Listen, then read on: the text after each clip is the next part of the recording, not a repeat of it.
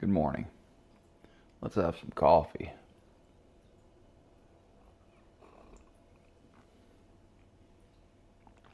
What are we building? Having a more and more difficult time trying to figure out what to talk about because this will be the number 65th episode of Ramblings with Joe. This being Joe. Oh, this being Joe too. And the idea that you can talk about any subject is a very human idea. Because really, anytime anybody has anything in their mind, they can have an expression or an opinion about that thought. And it occurred to me this morning while I was reading the news. A lot of times before I get up, I'll lay in bed and read the news on my phone. I wonder if we're missing something by not having a newspaper delivered and coming downstairs and having a cup of joe and reading the newspaper.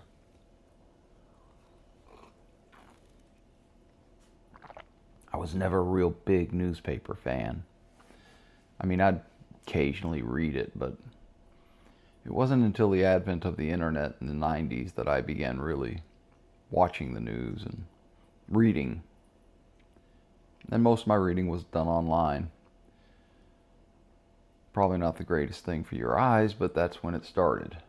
So we are literally at the 30-year mark.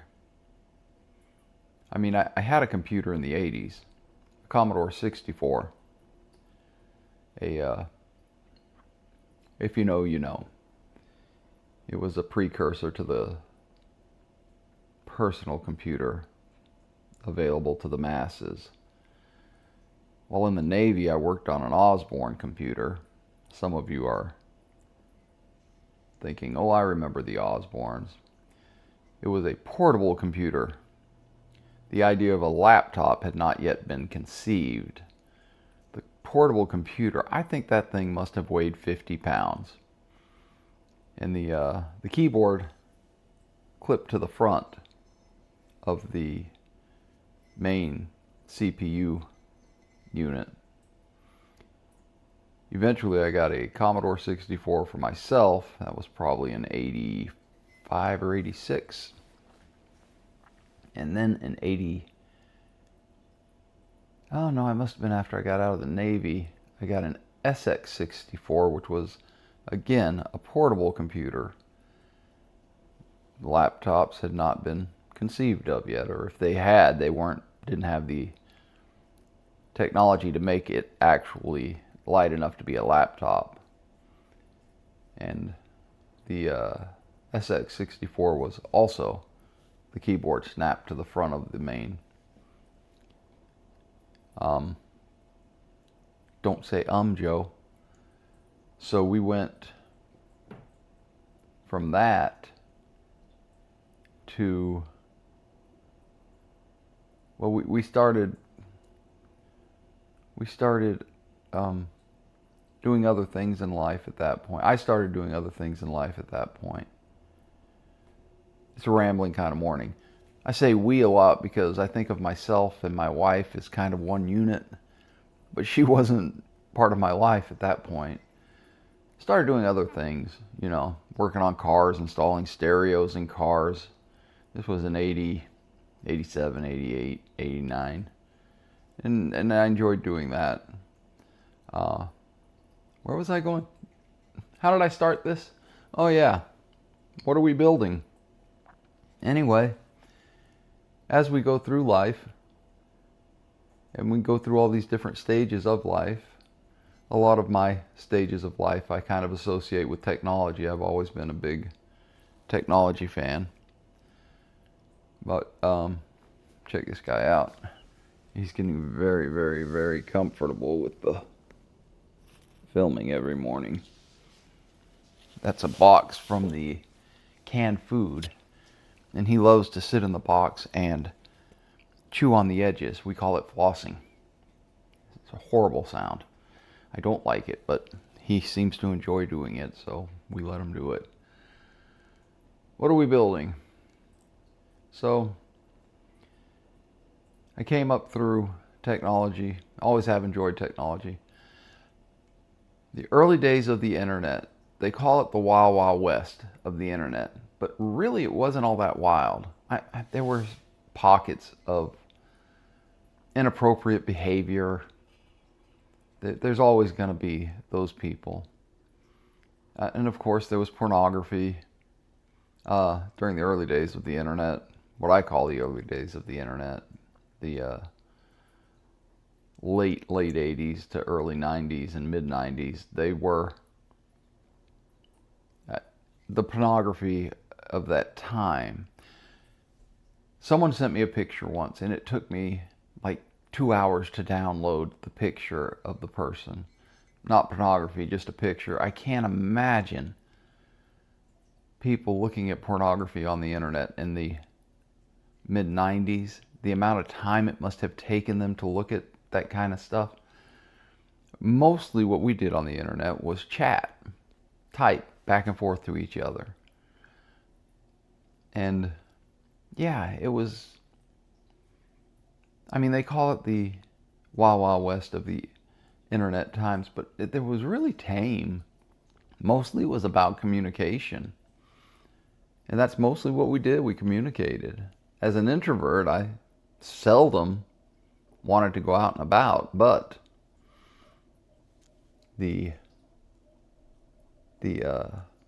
chatting online had just enough of a disconnect where I was pretty good at it. I mean, we evolve in life. My wife still considers me an introvert, but I don't consider myself an introvert. I enjoy my job. I enjoy interacting with people too much to consider myself an introvert. But what are we building? Where are we headed? I certainly didn't see where the internet is now as what we were building back then. I was an early adopter. I had, I started with Prodigy, moved on to, there were a few of them. Eventually AOL. There was something Net, not Netscape, but Net Zero. They came out with free internet. Yeehaw! Had ads. It didn't flush out very good. It did flush down pretty hard. It was not what everybody had hoped it would be. But then we had Prodigy, and then I landed on AOL, and all the jokes about all the free discs that would come in the mail. That was part of that. Then we had eventually the dial-up that was to the actual internet instead of a service. So it used to be that you had a service like Prodigy or I cannot recall the other one, or AOL, and it's kind of a in between you and the actual internet. And at this point, I would like to point out that I did buy an internet browser, and my wife doesn't let me forget about buying an internet browser, but I did. I was maybe the only person in my state to actually purchase. I think I paid like $20 for a free browser at Best Buy. We eventually it became dial-up straight to the internet, and that's when the Wild Wild West really started to kick in. Wasn't really wild though. It was really fairly tame. Like many things in life, it depends upon where you go, the individuals you hang out with. And we built communities. That's what we were building. We were building communities where we could talk to each other. We found commonalities with each other, and it was enjoyable. I met my best friend on the internet at that point. We spent a lot of time chatting, many, many nights chatting. And eventually, that best friend grew into this relationship that I'm in now, which is nice. If you can marry your best friend, that relationship probably has legs. But what are we building? So what am I building to? So we went to, eventually, this grand cable modems, and the cable modems allowed super fast speeds. I mean, at one point it took you all night to download a song, and with cable modems came the ability to download a song in a few minutes. And now we have fiber, and it's super, super fast. Well, everybody knows this, but this is fairly amazing to an early adopter of the internet, the amount of bandwidth that we have. Being able to watch a movie while the person next to you is sitting on their phone playing a game, while across the room someone else is on their tablet watching a different show. All of this happening instantaneous through fiber optic cable, which is just incredibly fast. And now they're using 5G adapters to give you speed at home that's pretty fast as well. But what are we building toward? Where are we going with this technology? It's time for me to have a new phone. I have the iPhone 13, and I like it. It still does a very sufficient job for me.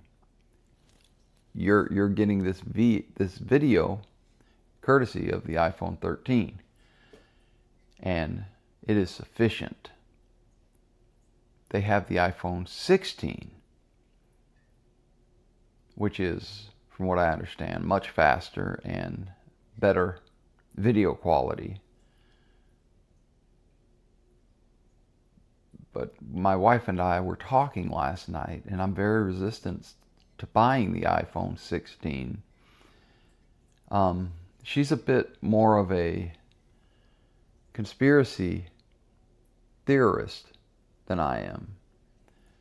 Without her in my life, I would probably just go out, buy the iPhone 16, call it good. I like it.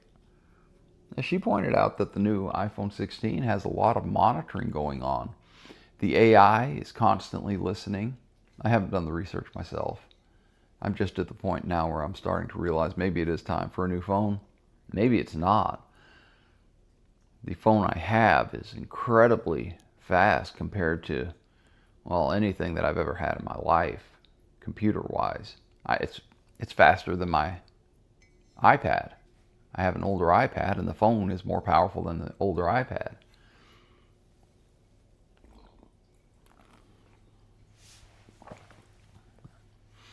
So what are we building?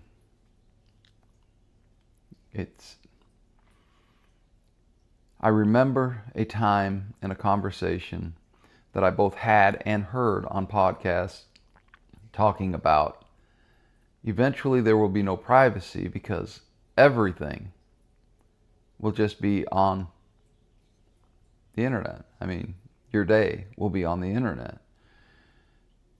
I'm guilty of building towards that. I'm sitting here talking to you on a podcast or a vlog, whatever you want to call it. I call it a podcast because that's just what I've always considered them. I'm guilty of this. I'm also guilty of drinking good coffee. There's a lot of things you can be guilty of that maybe it's not a bad thing.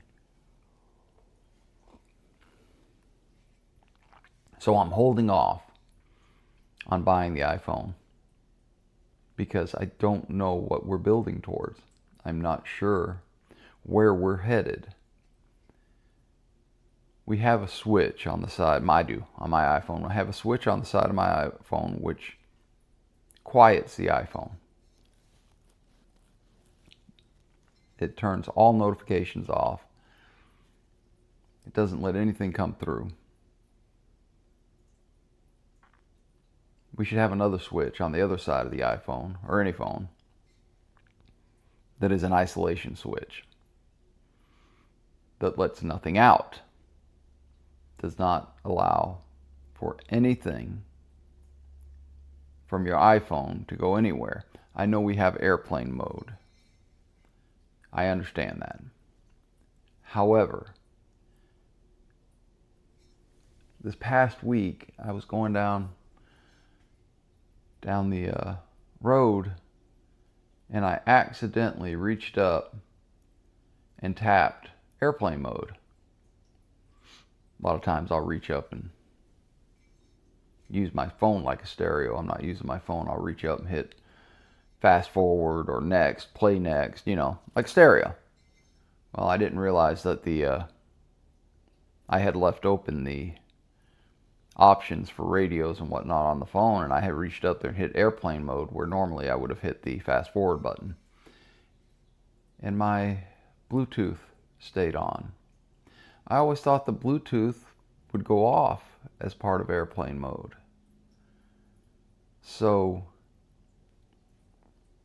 airplane mode is now something that's not dependable.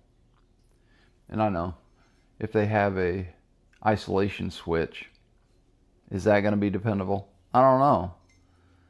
I know when I turn off the notifications, when I turn off the do not disturb switch on the side, everything's muted. Seems like there ought to be a way to have, I guess you could carry around a small Faraday cage or something. I don't know. I don't know what we're building toward, where we're headed. How open is too open? Do we have to leave our phones, our watches? Got the smartwatch.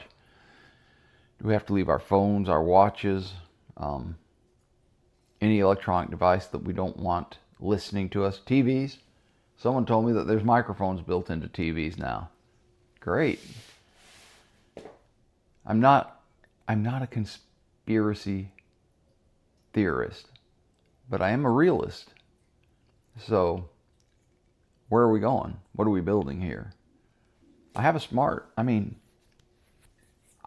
I put smart switches into my house. This is turn off all lights. It's very, very convenient. You got it? To do that. It's wonderful. It's coffee time.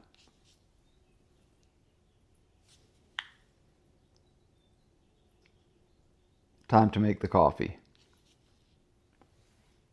Time to make the coffee. Coming up. It's very nice to be able to have this ability. So with this one command, I had the pantry light, the entry light, and the sink light all come on. And I do that from upstairs in the morning when I'm coming downstairs. And it's very convenient. It's cloud run. So, do I need to pull all these switches out? I'm not going to do that. I'm also not going to live in fear of technology. But I am going to be cognitive of it. I'm aware of it. So, for now, I'll stick with the iPhone 13. It's an incredible device. It is 3 iterations behind the most current iPhone. However, I haven't maximized use on it yet. Storage is getting a little scarce, but that's because I'm making these videos and I have to delete them occasionally.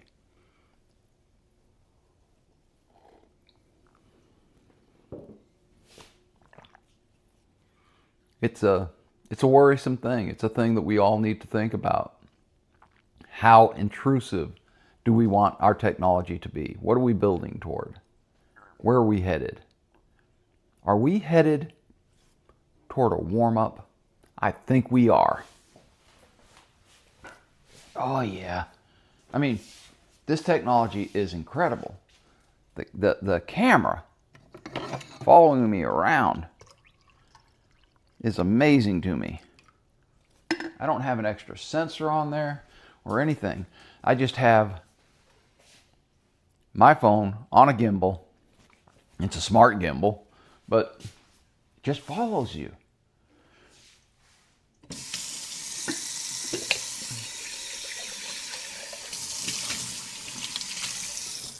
Just follows you. And that's the part that leads to the conspiracies, I suppose. If the technology that we have and we know about is this smart, what is the technology that we don't know about? How smart is it? So I read an article once about phones constantly listening and the government listening in and all of that. I don't know if it's true or not. I have no idea. I do know in that article that the idea of the government wanting to listen to you has been around for a long time. So, that same article described a listening device called a laser microphone. Two words that I never thought would be together, or didn't expect to be together. And what it is they point a laser at a window. And the window works as a microphone diaphragm.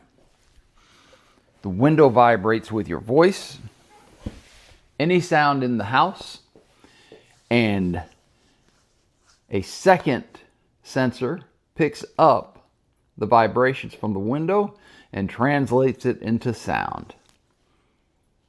So, if you never turn on a phone, if you never have any electronics in your house, but you have a window in your house, there's technology that will allow anybody to listen to you from a distance. They don't even have to be close. What are we building? Where are we going?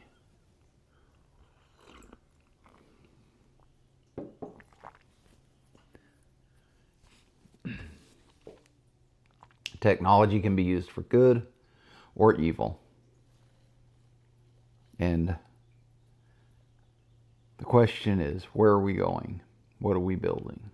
And I don't know. It's not something that's easily answered. It's not anything that any of us have any clue as to where we're going to end up.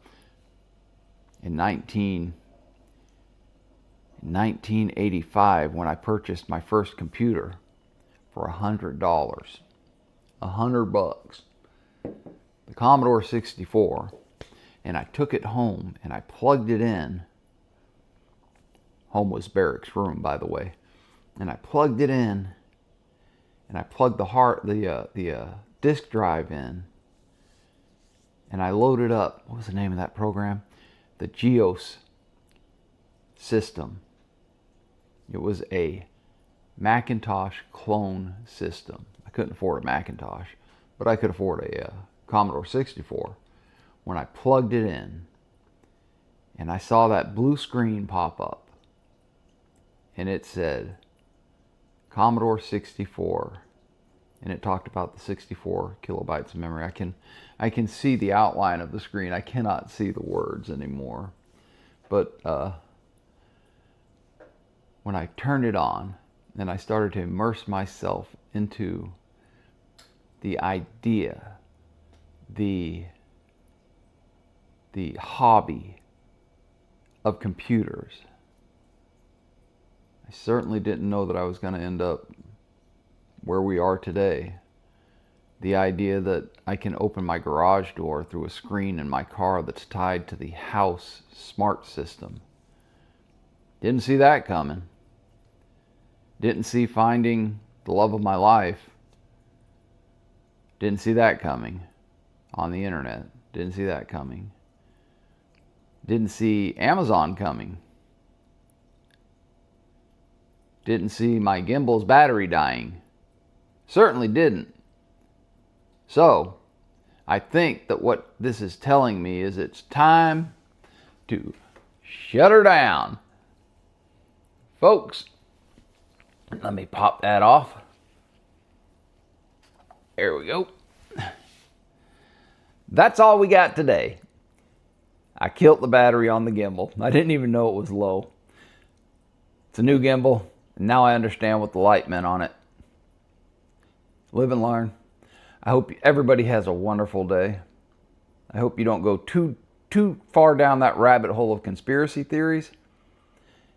And I hope you find love, peace. Oh, I've been told to say this in the proper order, so let me start again. I hope you find peace, love, and dream. Until next time, ciao.